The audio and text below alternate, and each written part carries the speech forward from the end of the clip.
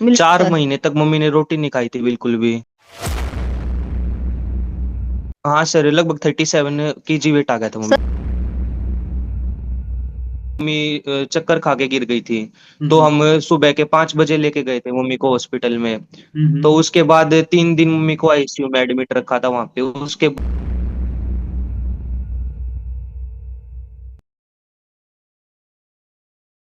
Hello friends, मेरा नाम doctor दीपक धनखड़ है और आप सभी का मेरे चैनल की एक और वीडियो में स्वागत है।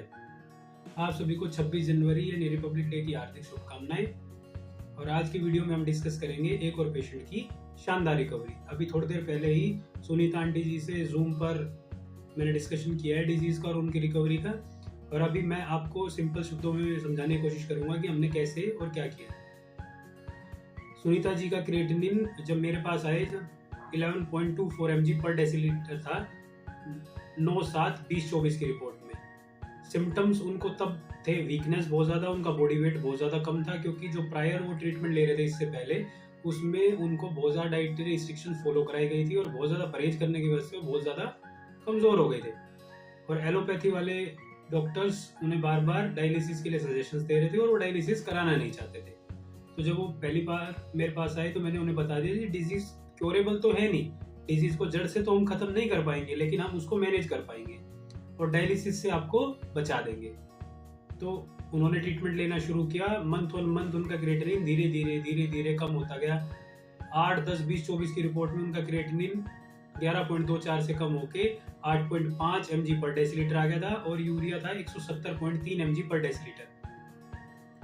और कल की यानी 25 जनवरी 2025 की रिपोर्ट में उनका क्रिएटिनिन और फर्दर कम होके 7.2 mg पर डेसीलीटर और यूरिया 99 mg पर डेसीलीटर आ चुका है, जो कि पहले 11.24 था और अब 7.2 mg पर डेसीलीटर है। और इस बात को आपको ध्यान रखना चाहिए कि उन्होंने अभी तक एक भी डायलिसिस नहीं कराई, उनको ना कोई फिस्टुला बनाया गया है ना अभी हमारी कोई प्लानिंग है फिस्टुला की। हालांकि एलोपैथी वाले डॉक्टर साहब उनको फोर्स कर रहे हैं लेकिन क्रिएटिनिन मंथ ऑन मंथ कम हो रहा है और रिकवरी से पेशेंट भी सेटिस्फाइड है और मैं भी सेटिस्फाइड हूँ। तो आगे आप देखेंगे वीडियो में कि उन्होंने और उनके लड़के ने अपना पर्सनल एक्सपीरियंस शेयर किया है कि उन्होंने ट्रीटमेंट के दौरान क्या क्या फील किया और उनकी रिकवरी कैसी रही। मेरे चैनल पर, यूट्यूब चैनल पर, फेसबुक पेज पर या इंस्टाग्राम अकाउंट पर कोई भी अगर हम रिकवरी पोस्ट करते हैं वो पूरी एविडेंस बेस्ड होती है, उसमें रिपोर्ट्स होती है, साथ में month on month recovery patient की बताई जाती है और पेशेंट का पर्सनल एक्सपीरियंस भी शेयर किया जाता है। अगर आपको क्रोनिक किडनी डिजीज है तो आप हमें कांटेक्ट कर सकते हैं क्रिएटिनिन और यूरिया की बेटर मैनेजमेंट के लिए। और अगर आपकी डायलिसिस चल रही है तो आप डायलिसिस से छुटकारा पाने के लिए भी हमें कांटेक्ट कर सकते हैं। ड्यूरिंग कंसल्टेशन ही मैं पेशेंट को क्लियरली बता देता हूँ कि जी आपकी डायलिसिस बंद हो पाएगी या नहीं हो पाएगी। जिसकी नहीं बंद हो पाती उन्हें डायलिसिस कंटिन्यू करने का सजेशन दे दिया जाता है कि आप डायलिसिस पर ही कंटिन्यू रहिए क्योंकि आपका दवाइयों से मैनेज नहीं हो पाएगा केस। जिनका ट्रांसप्लांट रिजेक्ट हो चुका है वो पेशेंट्स भी मेरे पास आते हैं, उनके केस में भी क्रिएटिनिन को मैनेज किया जा सकता है। इस डिजीज को क्योर कभी नहीं किया जा सकता किसी भी मेडिसिन से और किसी भी पैथी से। आप चाहे डायलिसिस पर चले जाओ, चाहे मेडिसिन करो, चाहे ट्रांसप्लांट, आप सिर्फ डिजीज की मैनेजमेंट कर रहे हो, उसको क्योर नहीं कर रहे। हेलो फ्रेंड्स, मेरा नाम डॉक्टर दीपक धनखड़ है और अभी सोनीपत से सुनीता आंटी जी और उनके लड़के मेरे साथ जुड़े हुए हैं और पिछले काफ़ी महीनों से इनका ट्रीटमेंट मेरे से चल रहा है। और जब हमने ट्रीटमेंट शुरू किया था तब इनका क्रिएटिनिन लाल पैथ लैब की रिपोर्ट में जो 9/7/2024 की थी उसमें 11.24 mg पर डेसीलीटर था। और उसके बाद इनको डायलिसिस के लिए शायद बोला हुआ था एलोपैथी वाले डॉक्टर साहब ने और ये मेरे पास आए थे। और उसके जी बाद सर। ये अब यही बताएंगे क्या हुआ कैसे हुआ। तो सर हमें लगभग साल 1.5 साल पहले मम्मी के इसके प्रॉब्लम के बारे में पता चला था। तो जब हमने मम्मी का ट्रीटमेंट स्टार्ट कराया तो शुरू में तो जो लेबोरेटरी वाला था उसने भी काफी अचंभा माना था कि मतलब बिल्कुल हेल्दी दिख रही है मम्मी, पर फिर भी इतना ज्यादा क्रिएटिनिन लेवल। तो 4-5 जगह हमने सैंपल दिलवाया मम्मी का, तो सारी जगह क्रिएटिनिन लेवल काफी हाई दिखा रहा था। तो उसके बाद हमने ये सोचा कि मम्मी जैसे टैबलेट्स वगैरह नहीं लेती तो होम्योपैथी ट्रीटमेंट की तरफ चले जाते हैं हम।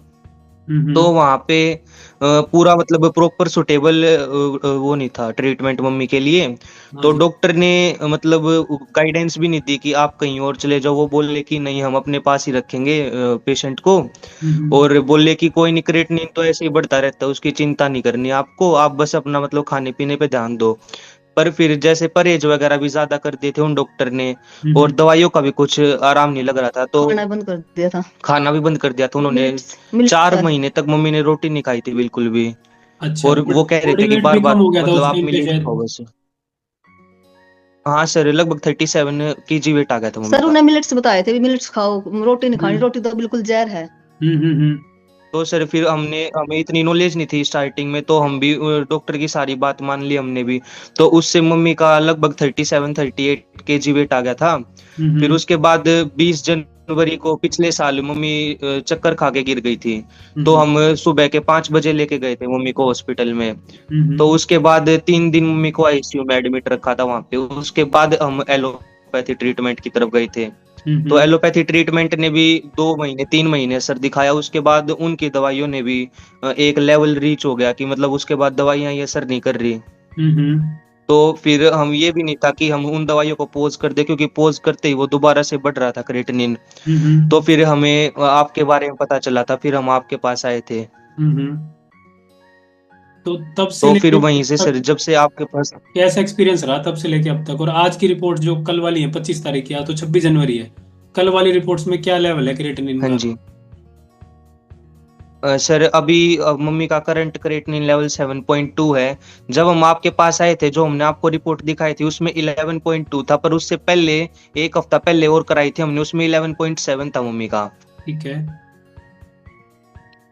हाँ तो सर काफी ज्यादा मतलब मम्मी ऑलमोस्ट 12 को टच करके ही आई थी आपके पास। हम्म। ठीक है, और बॉडी वेट जो लेकिन गिरता सर था अब कल था? अच्छी रिकवरी है। अच्छा। अभी अभी सर जैसे आपके पास है तो रिकवरी भी मतलब काफी स्पीडी रिकवरी हो रही है मम्मी की। बॉडी वेट भी अभी मम्मी का 59 kg हो गया है। हम्म। तो और खाने पीने भी बिल्कुल सही लगी हैं। तो सर अभी काफी इम्प्रूवमेंट है मम्मी के बॉडी में। और जैसे ऐसा हुआ आपने दवाई ली, उससे कोई साइड इफेक्ट देखने को मिला हो आयुर्वेदिक मेडिसिन से? नहीं सर, कुछ भी नहीं आयुर्वेदिक सर। दवाई से तो ये है, जो एलोपैथी दवाई के साइड इफेक्ट्स है वो और कम हुए थे, क्योंकि एलोपैथी दवाइयों ने भी काफी साइड इफेक्ट्स करे थे मम्मी को। तो आयुर्वेदिक दवाइयों ने उन साइड इफेक्ट्स को भी कम करा है। ठीक है, सेटिस्फाइड हो आप रिजल्ट से जो आपको मिल रहा है परिणाम? जी सर, बिल्कुल 100% सेटिस्फाइड है सर। और अभी तो ये रिकवरी चल ही रही है, क्योंकि एलोपैथी दवाई पे तो जैसे एक स्टॉप आ गया था कि मतलब इससे नीचे जा ही नहीं रहा क्रेटिनिन लेवल। हम्म। पर उससे नीचे आयुर्वेदिक दवाइयों ने क्रेटिनिन लेवल लेके आए हैं सर। तो आपके हिसाब से अगर किसी का क्रिएटिनिन बहुत ज्यादा बढ़ जाए तो सीधा डायलिसिस पर चले जाओ या पहले मेडिसिन से ट्राई करो?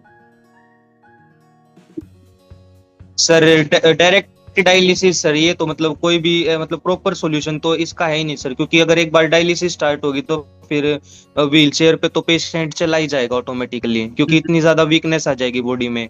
हम्म।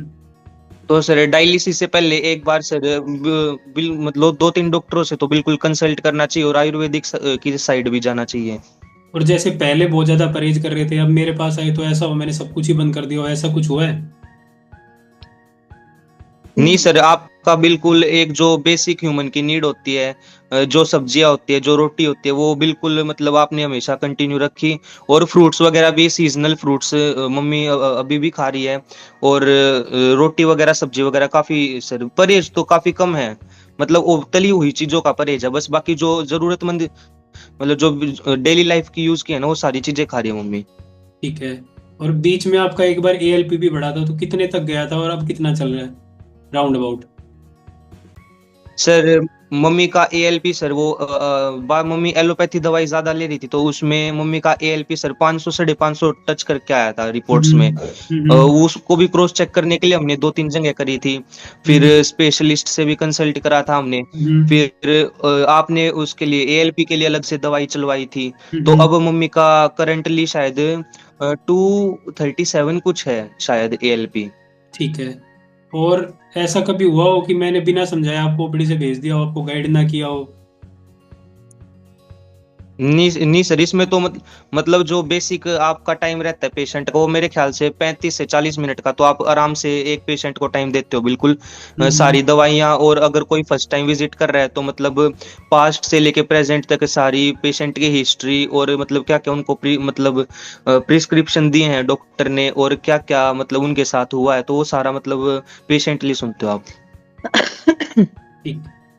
तो जैसा कि आप सभी इस वीडियो को देख रहे हो, सुनीता आंटी जी का जब हमने ट्रीटमेंट शुरू किया, जब 11.24 और जैसा इन्होंने बताया 11.7 भी गया था उससे पहले, तो लगभग 12 को टच कर चुके थे, डायलिसिस के लिए बोला जा चुका था एलोपैथी में।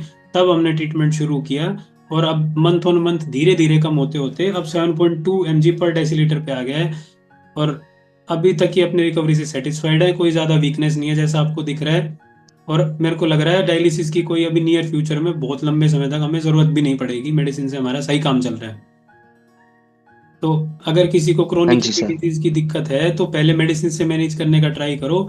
जब मेडिसिन से बिल्कुल कोई इफेक्ट ना आए तो डायलिसिस की तरफ जाओ। डायलिसिस और ट्रांसप्लांट हमेशा लास्ट ऑप्शन है, पहले मेडिसिन से आपको ट्राई करना चाहिए।